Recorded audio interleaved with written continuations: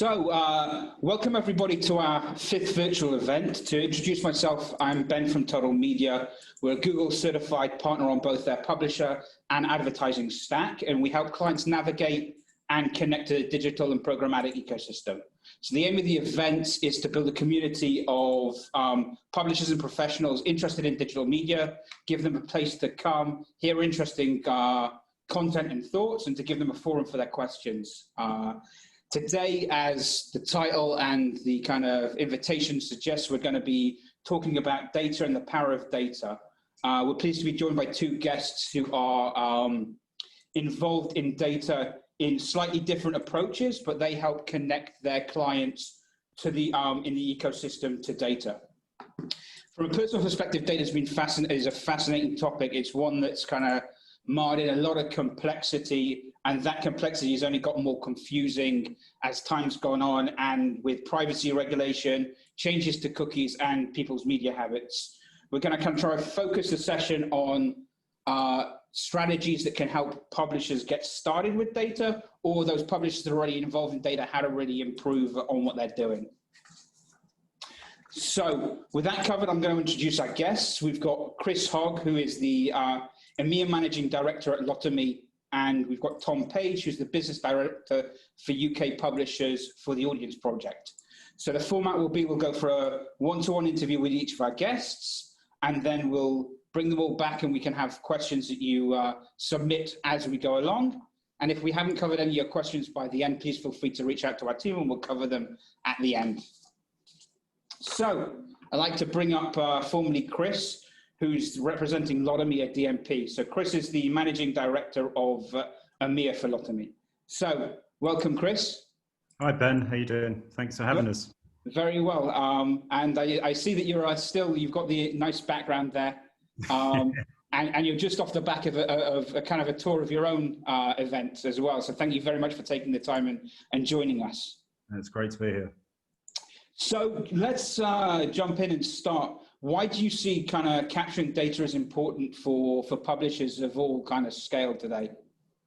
Yeah, I guess, and I think today it's always been important, but I think in today you need to fight harder for differentiation between the competitive set. So data is definitely one way you can do that, is to really harness the audience that you have, whether that's from trying to harness demographic data or drilling into your content vertical. If you're a niche publisher, obviously, you know, that's definitely something that should be a focus, is how can you actually bring that rich data to the forefront. If you're a more general breadth sort of publisher covering multiple verticals, you know, it's really about bringing that data and putting your audience front of mind.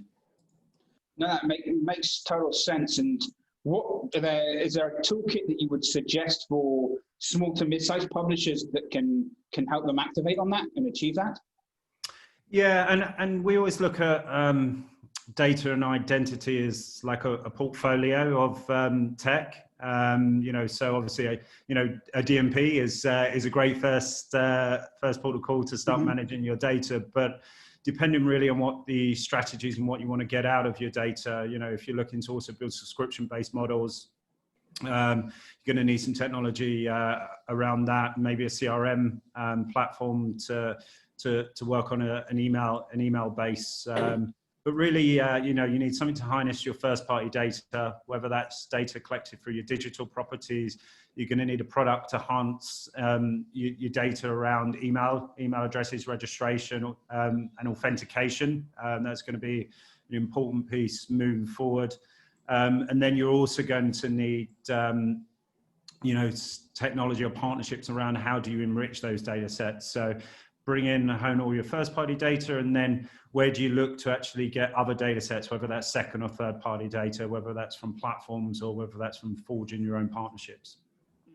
That's a great kind of start, and it leads me on to kind of that next stage. So obviously you're starting collecting data, and then it's, okay, you've got a start and you've got a foundation. How do you actually enrich on that, and what is the best place for publishers to start enriching their data, and how would they approach that in the best way? Yeah, and I guess one thing I didn't speak a little bit about. Obviously, you need a consent management platform Yeah. in today's ecosystem. So, I think really once you get the foundation, the first thing to concentrate on is your first party data. Make sure you get that foundation layer. Make sure you can glean everything you can from your own audience data. Once you get that, you start to kind of understand, okay, where could I strengthen those data sets? Is there certain market verticals I'm looking to attract to advertise or sponsor my properties? What types of data do I need to fulfill that? Do I have that in my data sets? Do I need to add a layer of demographic data? You know, it might be very rich in content and context, and you know, can really drive into our readers' interest and you know, why they're coming to my properties. But maybe there's other data sets, you know, age, gender, there's you know, other social demographic data. Maybe there's a B2B data, for instance, you might need to harness. So it's really about either going out and finding those partnerships, or it's bringing in organizations that have done a lot of that hard work to either aggregate that by bringing second party or third party data to the table. And what do you, I mean, do you see anything that's from the marketing side and from the advertiser side that is steering that, or you would really recommend kind of having that conversations with the buyers and with those advertisers in terms of what data they're looking for in with regards to your property, the publisher's properties, and the specific audiences and users? Yeah, and I guess it's what's really driving the use case for the data requirements. It could be your own internal marketing needs. You know, publishers of today are their own brands, and you know, they have advertising requirements. They want to drive traffic to their properties, whether that's through search, social, or display. If it's in terms of how to attract certain market verticals to advertise with your properties, with your advertising piece, then that's definitely the sales teams, and you know, speaking to their agencies and you know, taking briefs in and understanding why you're winning certain briefs and why you're not winning other briefs.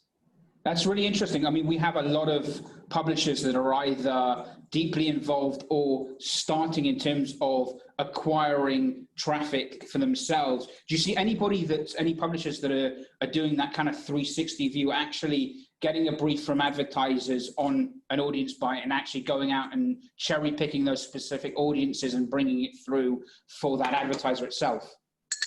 Yeah, so a lot of our clients do. Obviously, we supply them with technology to manage their first-party data collection and identity, how they can actually stitch that ecosystem together. But likewise, we also make lots of different data sets available to them to enrich their first party. So whether that's the Lotame data exchange, or whether that's other branded data exchanges that we partner with, or whether that's our more exclusive second party data marketplace that we enable customers to do one-on-one data trades between their organizations. And in the data exchange, is there any sort of types of data that you think works particularly well for publishers? Well, you know, the low-hanging fruit is obviously adding a layer of demographic data over the top of their editorial data, but it really depends on what vertical. You know, we have a lot of B2B publishers working with us, and you know, obviously they'll try and dig more into the financial, the IT data, etc., the buyers. Versus, you know, we have national and local newspapers that will look for different verticals, you know, whether it's automotive buyers or travel intenders, etc. No, that really makes sense. And you touched kind of before about privacy and on all of those complex things. So is there what kind of things you do to allay concerns in terms of the longevity of stuff like data exchanges and sharing those data, and how to kind of, obviously in smaller organizations where the understanding is probably a little bit less and they don't necessarily have their own privacy teams and potentially legal counsels, how do you kind of make sense of that for publishers? Yeah, well, privacy first needs to be at the heart of everyone's data strategy today. And, you know, it's become quite a complex landscape. Not only the legislation to think about, there's also today we're moving into an era of who's the gatekeepers of the internet, and who controls privacy around browsers, and cookie deletion, and the blocking of certain types of technology and IDs. So I think identity is going to become very critical across the board. If you want to have a data play online, then there needs to be investment not only in the privacy side, but also through an identity play. We believe in a portfolio effect. So obviously you need your tools like a consent management platform. That's number one. You need consent. Number two, authentication. If you've got aspirations of building some kind of authenticated strategy on your inventory, then that's another area to look at. However, I think it's very unlikely that we can expect that the internet's going to be 100% logged in. So to layer on top of that, you need some kind of technology that's going to manage identity through signals. We launched our own product actually this week off the back of our events. We call it Panorama, the Panorama ID. But there are others on the market, but I think we're going to become a vertical really split down the middle. You're going to have the authenticated web, you're going to have the unauthenticated web. A little bit today, the walled gardens versus the open internet.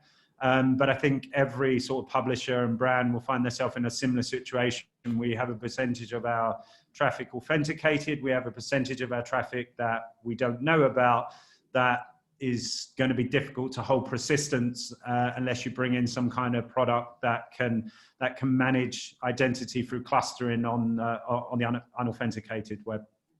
No, that makes sense, and congratulations on the launch of Panorama. Hope it's successful and goes well. Do you have any take in terms of other players that are doing in the similar space that may have their own sort of more media-related kind of interests, like Index Exchange and the Trade Desk, doing their own kind of identity stuff? Yeah, well, I think, and not 100% on Index, but I think obviously the Trade Desk announced that very much they're looking at the authenticated identity, and there are players there's many players obviously on the authenticated side.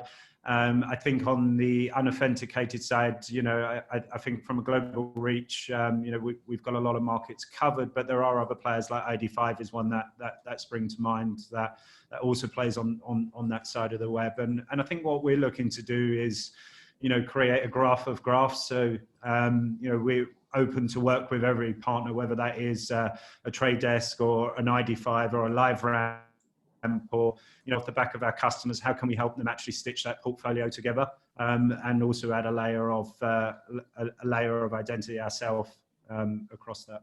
Sure, we've got a couple of people that have just pinged in terms of, are you able to just expand a little bit for people that don't necessarily understand what you mean by an identity play, and also a little bit more about how Panorama kind of fits into that?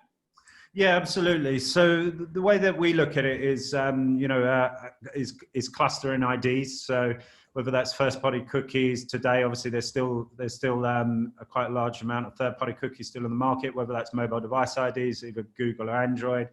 Whether that's OTT IDs, connected TV IDs, and as I mentioned before, whether that's other IDs, other industry IDs. Yeah. How can we help stitch that together, but with a layer of privacy built through that?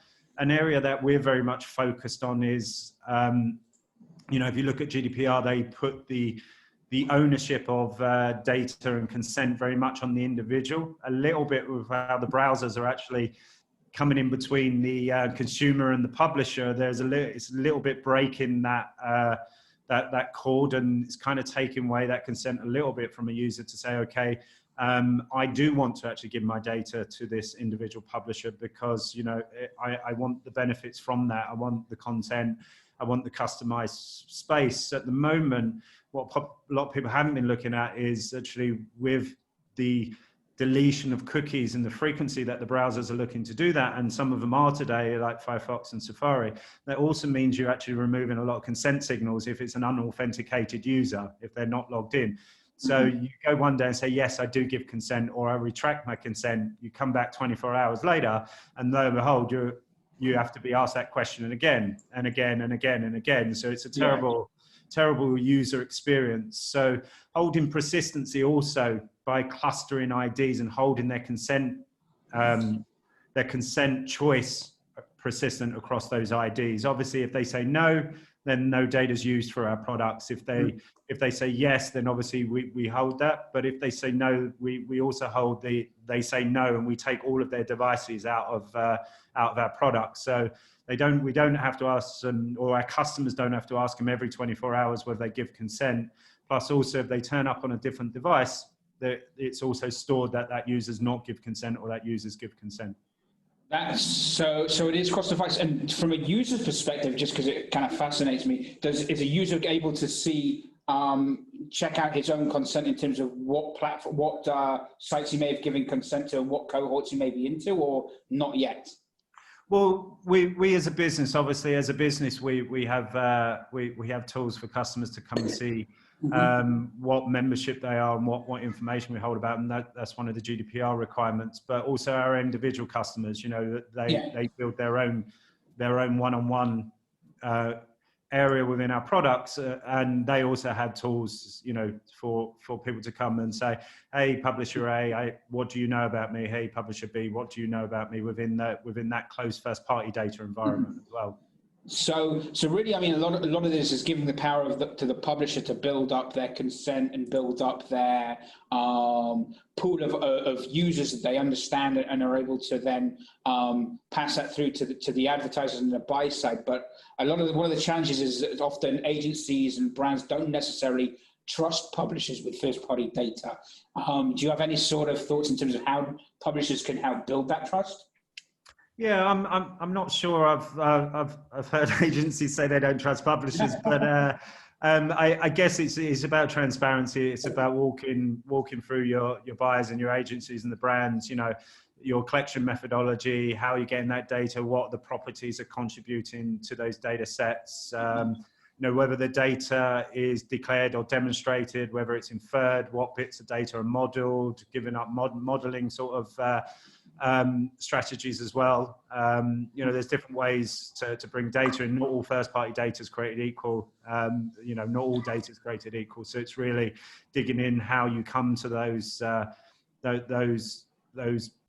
answers. Right, and I think that's also one of the advantages of working with a trusted DMP like yourselves, or a company like the Audience Project that has trust in the ecosystem. You can leverage that trust in terms of the relationship with the advertisers. Yeah, 100%. And one area that obviously we focus on is we're known by the publishers. We have publisher clients, but we also have agency and marketer clients. So there is a familiarity with our products and our technology. I guess then it's down to our customers to add that layer of uniqueness over the top of it, and further drive into how have they created their data sets using these technologies and solutions. That makes sense. So yeah, I think is what you see as the kind of the future. Obviously, you touched on cookies going away, and that's going to be a challenging, probably transition period. But where do you see it kind of going through that and beyond? Yeah, I think every day we open the trade press, there's something new going on at the moment. So I think it's hard to predict too far into the future, and I guess the whole identity piece is relatively nascent, but also it's organic, it's growing. We've been building out our own identity products for about 18 months now. And we're not finished. There's still more we want to do with our own products, and I think it's going to be another interesting year as we go into the new year. No, I'm pretty sure it will be. Thanks, Chris. That was great. If you can stick around and join us for any questions at the end, that would be really good. I want to remind everybody that the session is going to be recorded, and we'll upload the video to our YouTube channel, and we'll send it out to the invitation list as well. And we're also live on Facebook if anybody needs to join there. So I think Tom's ready now, and we're looking forward to to hear from Tom, who's who works for the Audience Project as the Business Development Director for UK. Hi there, how's it going? Hey Tom, how are you doing? Good stuff, yeah. And yeah, thank you very much for joining us. And I understand this is kind of your reprieve from 2 weeks of lockdown, of isolation. So Yeah, unfortunately it's not outside, so it's not quite the reprieve it could be, but yeah, tomorrow's the day. we have a nice plant in the background for you for some green. Yeah, that's all right. Yeah, I'll take that. Great stuff. So first thing, I mean, how do you feel that publishers are addressing, or do you feel that publishers are addressing data correctly currently? I mean, you know, in some ways it's not for me to say, but it's really up to every publisher kind of what they think is best for their business. Mm-hmm. I think what we can say is that most of our publishers fit into two camps, as it were. One, a kind of one-stop shop for all audiences. An agency comes to them and they say, yep, we can build you that, no worries, we've got 180 different audiences to choose from, etc., etc. Or they exist in maybe a vertical or a niche, and they specialize in a certain kind of audience. I don't think either of those are correct or incorrect, as the case may be, but it really depends on who your clients are, or who you are, or what kind of content you've got to kind of decide which is the correct strategy for you. I think probably on the flip side, what I will say is that my personal view is that the over reliance on third-party audiences has gone on for too long, and that doesn't. I'm not just talking about the buy side here. I'm talking about, you know, publishers using them as well. I've got a history at a publisher, and we massively relied on third-party audiences for all of our data execution. And that was 3 or 4 years ago, and it's still the same at a lot of the publishers I run into.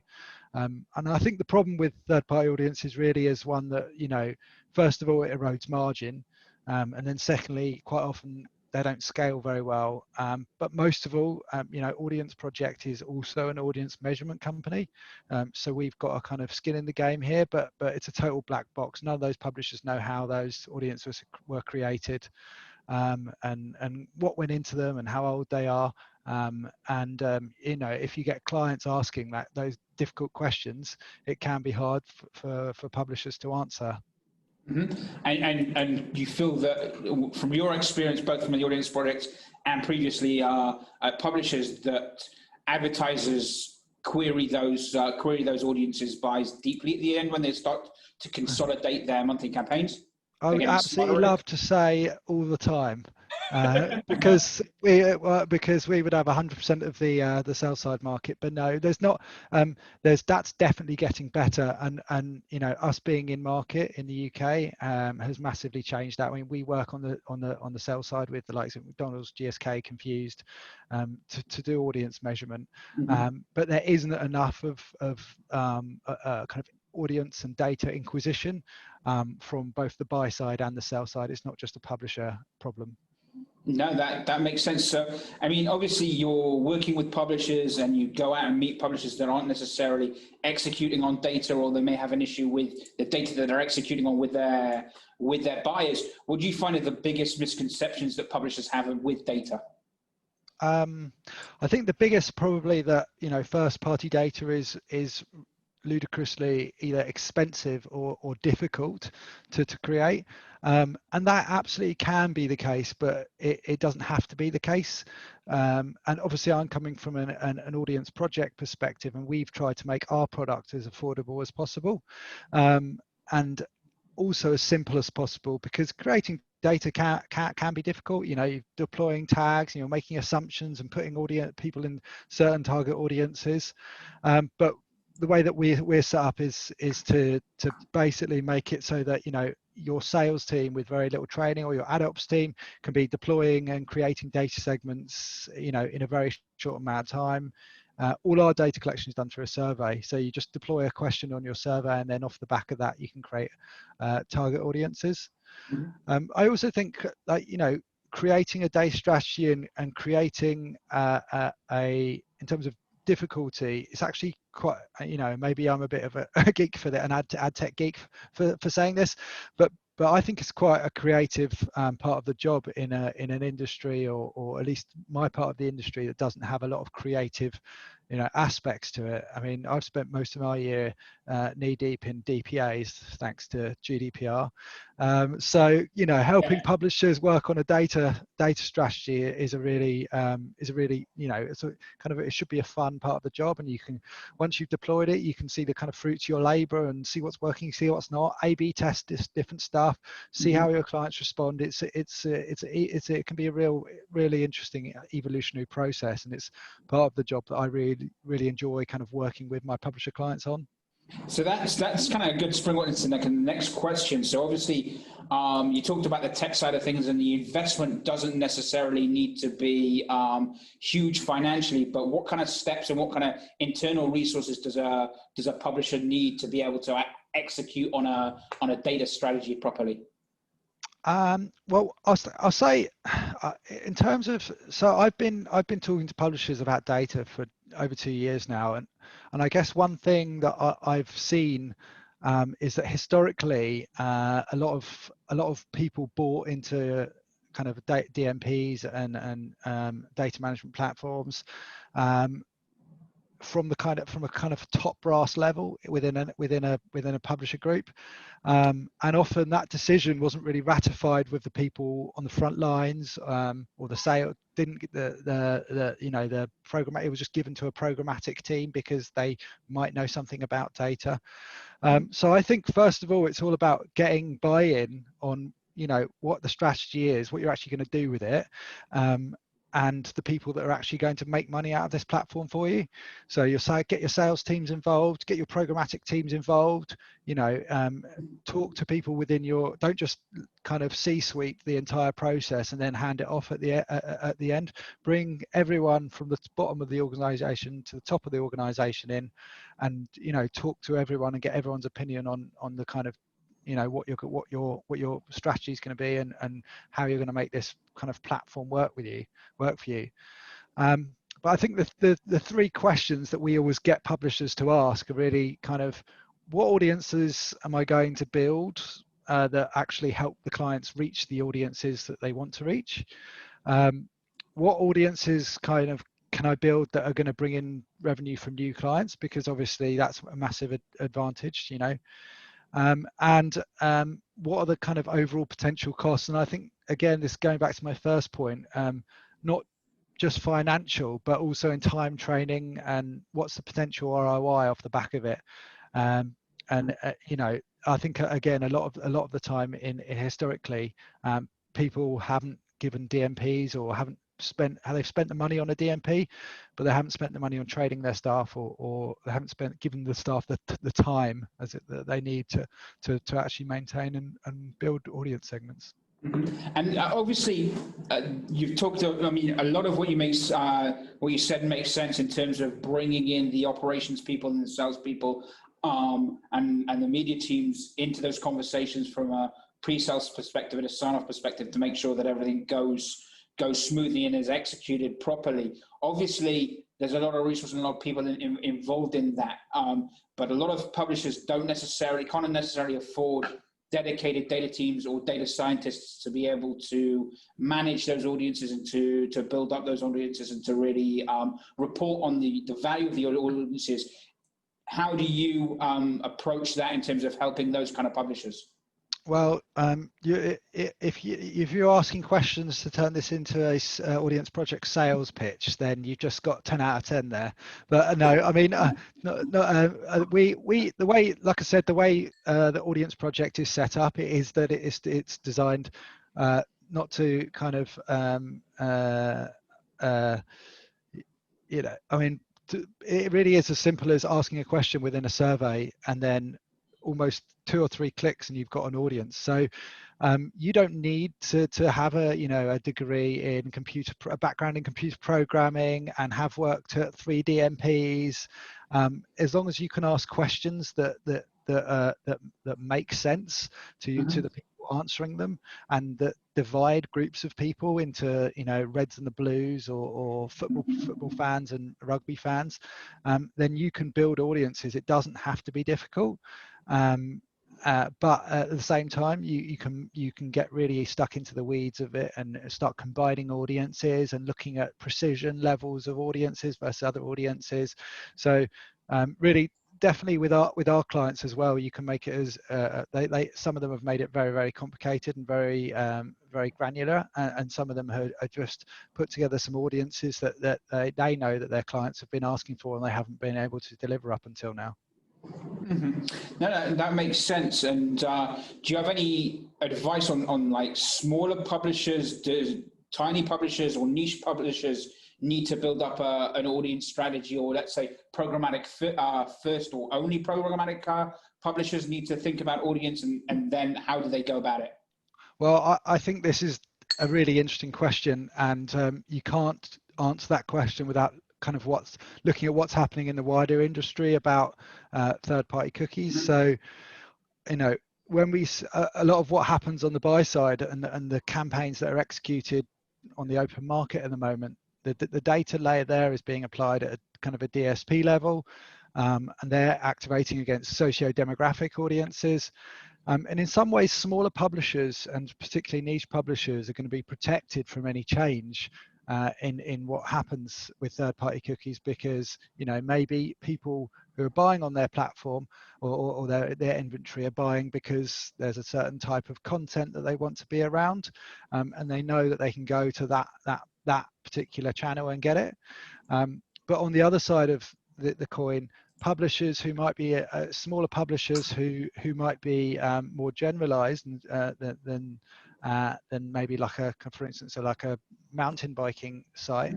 Maybe you've got like a small local news site. I think that you're going to see some quite significant changes in your open market programmatic, and absolutely, it's definitely going to be valuable to be able to activate either niche or more generalized socio-demographic audiences, and take advantage of the fact that agencies can't just jump on whatever DSP they prefer and just add in a load of third-party data, and the rest is history. Mm-hmm.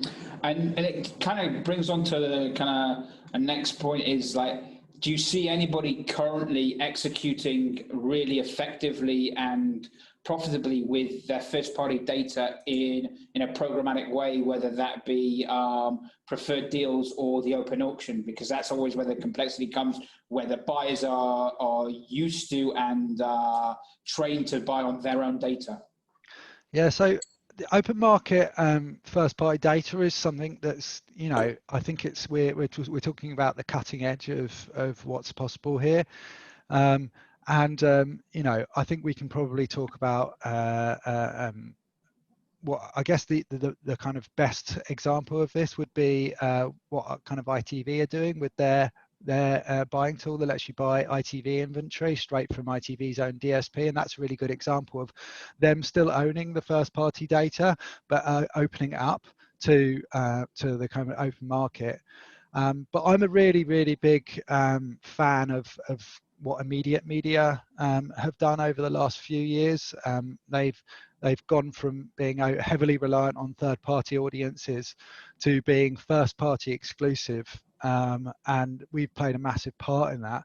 And we've worked with them really closely, and their revenue has absolutely gone through the roof. And what they've done, I think, that makes them stand out to me is that they've done a really good job of training their salespeople in how to talk about data, and then deploying them to agencies and ensuring that the agencies understand how the data targeting works, how the data is being created, and exactly what they can and can't do. And I think that what they've done there with their sales team and the education piece that they've done is really important. And I think a lot of publishers would kind of benefit from that. So really your recommendation is those publishers that are driving or that have direct sales to make sure that data is a part of every kind of RFP or kind of every answer to the brief and that kind of stuff, and to be just conversing with the agency sales teams and brand sales teams to really understand, okay, who are you looking to buy and how can our properties help you connect to that? Yeah, I mean, you know, we've all. I used to work at a publisher, and we on every single RFP, it's like, oh, can I reach rugby players who have travelled to Venice in the last year, and I also want them to be ads ABC as well. Thanks very much. So so being able to really educate your buyers on okay, this is possible, this isn't possible. And immediate media, the other thing they've done is a lot around audience profiling. So they've said an audience, so an agency might come to them and say, I want to reach these traveling Venice loving rugby players, and they've been able to profile and build in and talk to the agency and go, like, who are you actually trying to reach, or who is the profile of the actual profile of the people you're trying to reach. Mm-hmm. And that back and forth between publisher and agency, where you can get that kind of dialogue going, and everyone's on the same page when it comes to like data creation and how you're all using data together. That's when the kind of, I feel like, the magic happens. Mm-hmm. But I mean, obviously that kind of puts it back into like, it's a process, and to have those conversations, and then it's the question of how do you trickle that up and have those conversations at scale when you're potentially talking about more faceless buys in terms of the platform to platform exchanges or preferred deals and programmatic. Yeah, sorry, well, I'm not sure what your actual question was there. No, I think it was more of a statement. So, yeah. But yeah, exactly. So the other thing that I would just say is kind of round things up is where the looking forward, where you kind of see next year and throughout in terms of quick wins that you potentially could have for a data play, and also kind of the long term.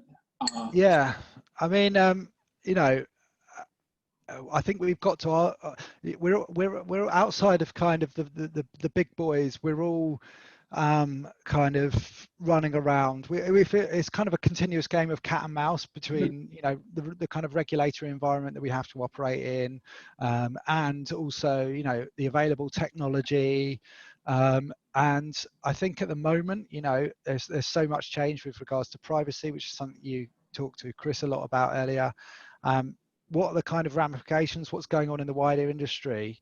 And like I say, I think, you know, the biggest opportunity over the next year for me, if you know, if I had 100 publishers in front of me, I'd say, you know, without looking at your individual businesses, it's this ability to continue to target socio-demographic audiences, because that's something that's just going to be, you know, if it happened tomorrow, it would be an absolute disaster for, well, the buy side and the sell side, but just about everyone, and vendors too, you know.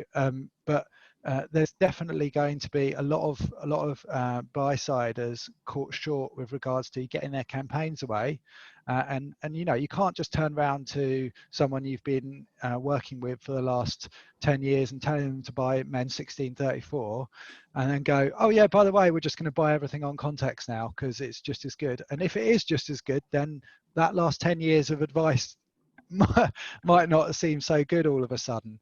So I think for me, the biggest opportunity that publishers got in the next year is to generate your own first party data. It's not hard. You've got to remember those third party audiences are going to be going, and make sure that you can have a conversation with your clients and your agencies and talk honestly about what you can and can't do in the world of data. And then secondly, just ensure you've got, you know, the basic socio-demographic audiences available for activation, because there's going to be people that are going to be looking for new avenues to execute campaigns against. No, I think those are really good tips, and thank you very much. So what we'll do is we'll bring Chris back up to answer any questions that we may have from the audience as well. And I'm sure you guys have questions for each other, I think.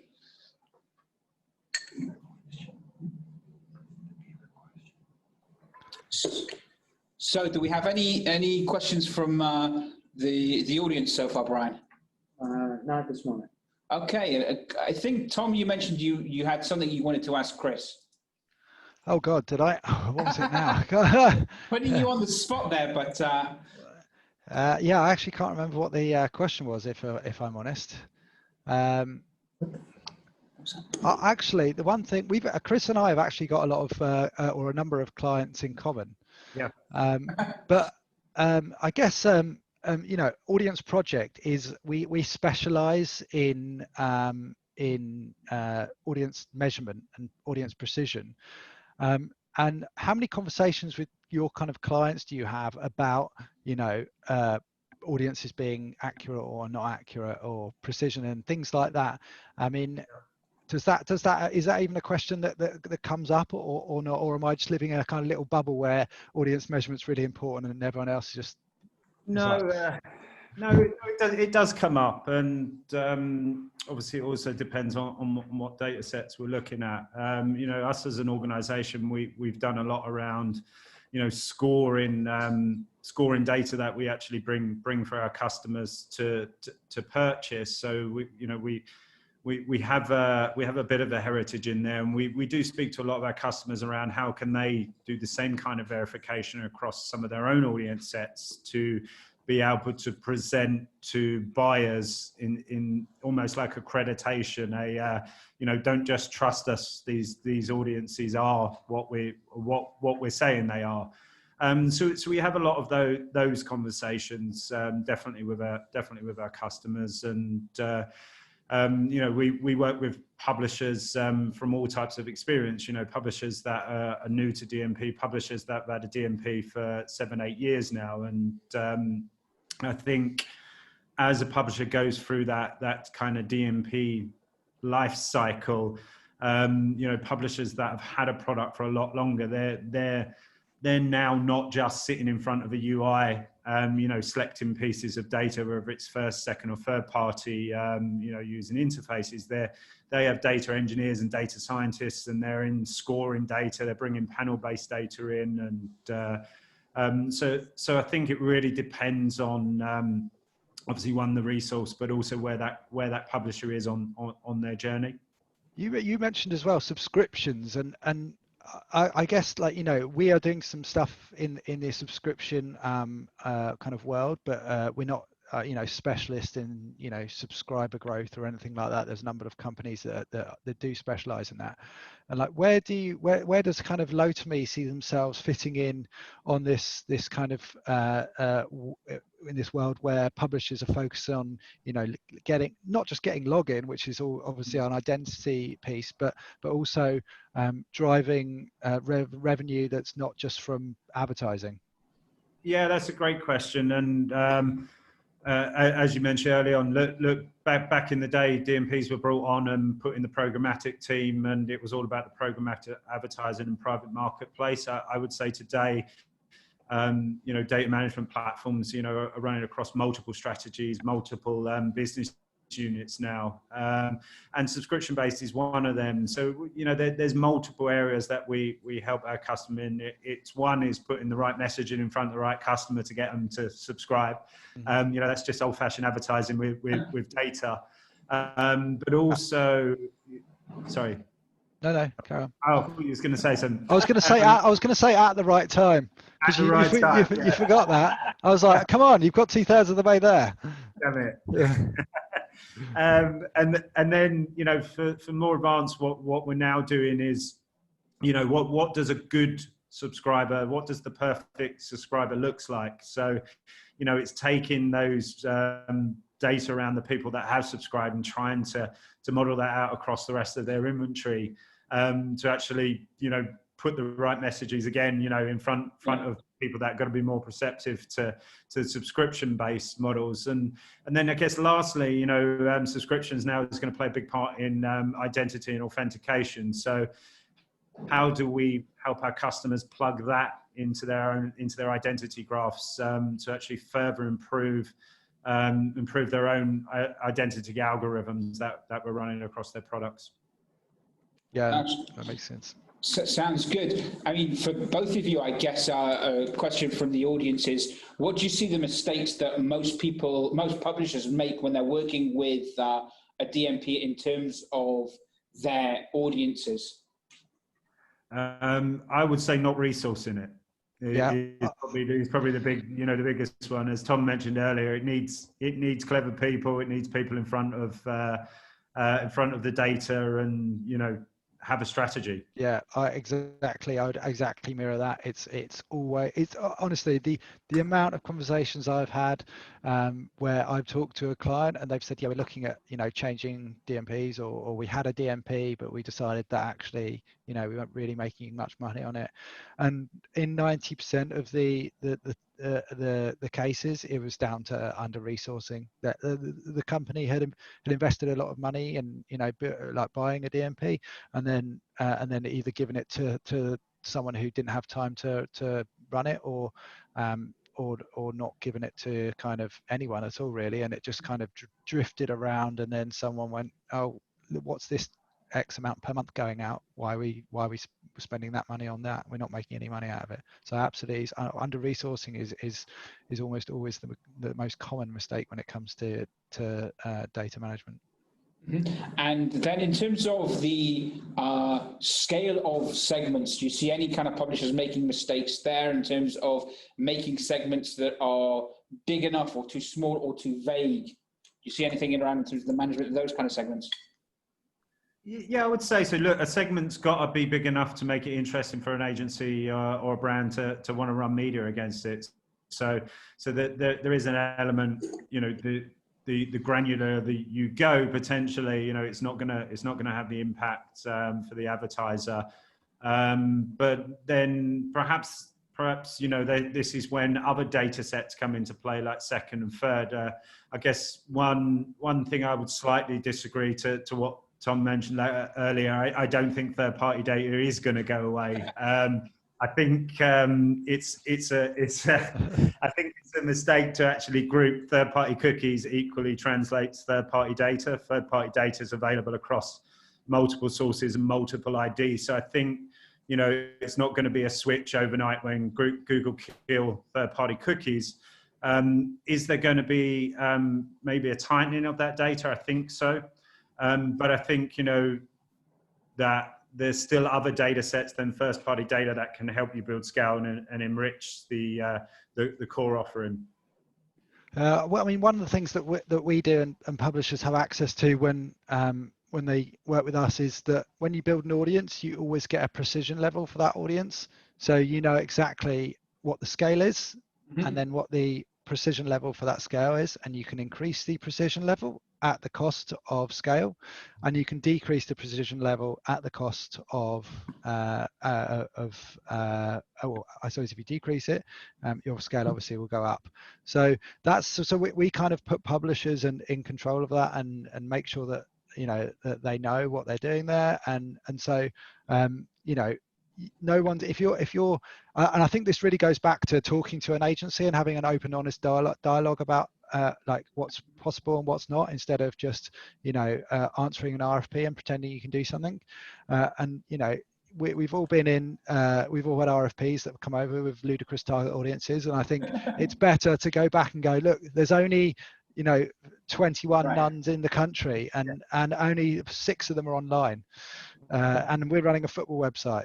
So you've got to be a bit. I think the important thing here is that that people are having an open dialogue about what they can do and can't do with data, and precision levels and accuracy of all of the data that's being activated.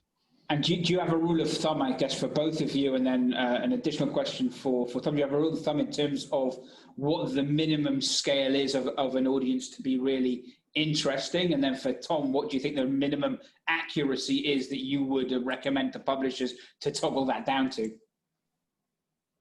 I'll go first. Yeah, I mean, realistically, it depends on the publisher, because for £1,000 and 10,000 impressions might be a big deal for one publisher, and it might be not a big deal for another publisher, depending on that publisher's scale. Before I talk about accuracy, it's important to note that everything we do is based on even a precision when it comes to data or an affinity. So we're not selling audiences that are 100% accurate. No one is. Yeah. That's the fact, right? But maybe not everyone has cottoned onto that yet, and that's why we're in the audience measurement game, because it's a big opportunity, right? So all our audience is sold on an affinity, and affinity is basically an index. So you're saying if your affinity is 200, you're saying if you spend with me and we run against this target audience, you're going to hit twice as many people as you would without any targeting attached to it. Okay, makes complete sense. So obviously, the minimum affinity that you should be targeting is more than 100, because otherwise there's no point in using data targeting, and you can price that in a way that makes sense. So when you go up the affinity scales, you should be pricing it higher, and when you go down the affinity scales, you should be placing it you should be kind of pricing it lower. That makes sense. So super interesting, and it's a conversation we have quite a lot. And it sounds a bit baffling when you first mention it. An audience can be very accurate, but not perform. An audience can perform very well and not be very accurate. And it's a strange concept, but I think when businesses really start to dig into, and start to bring on data scientists and data engineers, and they're looking at how audiences are benching and stuff against whether it's industry benchmarks, etc., and campaign information, it becomes a very different kind of lens on data. So yeah, 100% agree that accuracy and scale it's different to everyone, and you can't really put a benchmark on it, because the circumstances of why you're building a segment to what you're building a segment, where you're running the segment, who for, is very different. Yeah, I've always wanted to make a segment of people that click and then profile them, and I bet my bottom dollar it would be either people over the age of 60, or people that use apps with big pop-ups, or people with Big quite thumb. fat fingers. Yeah, exactly. Yeah, I reckon that'd be the profile. One of those three profiles would be profile of 90% of the high performing clickers. Absolutely. I guess, do you see any sort of differences with the way that the different markets work in terms of, let's say, US compared to UK or EMEA in general? Do you see any sort of specific data trends that are different? Well, I'm very UK focused, so I'll be honest, I can't really answer that question. Well, I could, but it would be mostly a lie. So.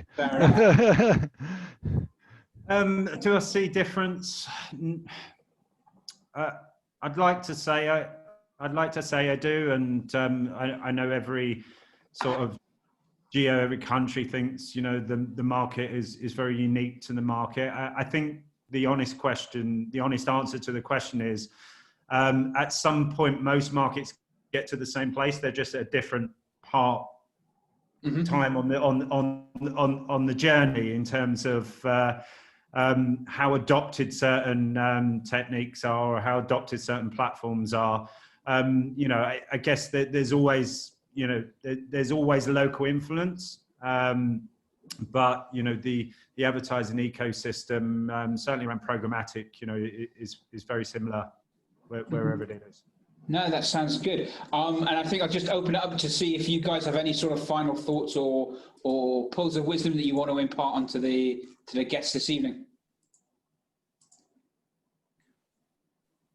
Really, for me, carry on, Chris.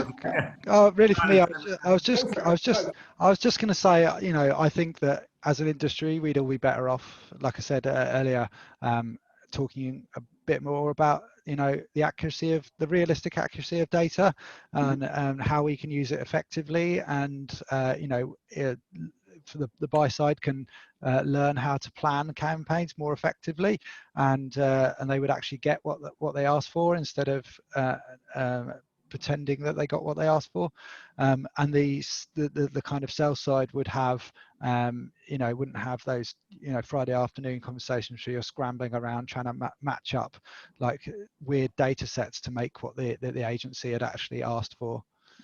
That makes sense. Chris, how about yourself? Yeah, I would just say around the whole cookie and the browsers and stuff is, my advice to publishers at the moving into the future is to have a tool set at hand, not to put all eggs in one basket. and really speak to the demand side of the market to see what they're looking for. I think there were some very good points. You know, context alone, you know, brands are still going to want demographics and stuff, and whether you're working with the likes of Tom, you know, building those as first-party data sets, or whether you're looking to get them, you know, I would have a tool set of stuff that you can turn on, you know, as and when you need to continue to do your business uninterrupted by cookie deletion. That's great. Thank you very much, Chris, and thank you, Tom, for both joining us today. It's been a great, great conversation. I think the publishers and everybody, guests listening, learned a lot. And thank you to the guests for joining, and the team for having us set it up. So, as I said, we'll put a transcript and the recording on our blog and also on our YouTube channel. And if you've got any questions that we didn't cover, please feel free to reach out to the team. Any suggestions for speakers or topics, we're happy to hear those too. Thanks very much, and have a great weekend, everybody. Cheers. Thank you. Thanks, guys. Cheers. Bye, guys.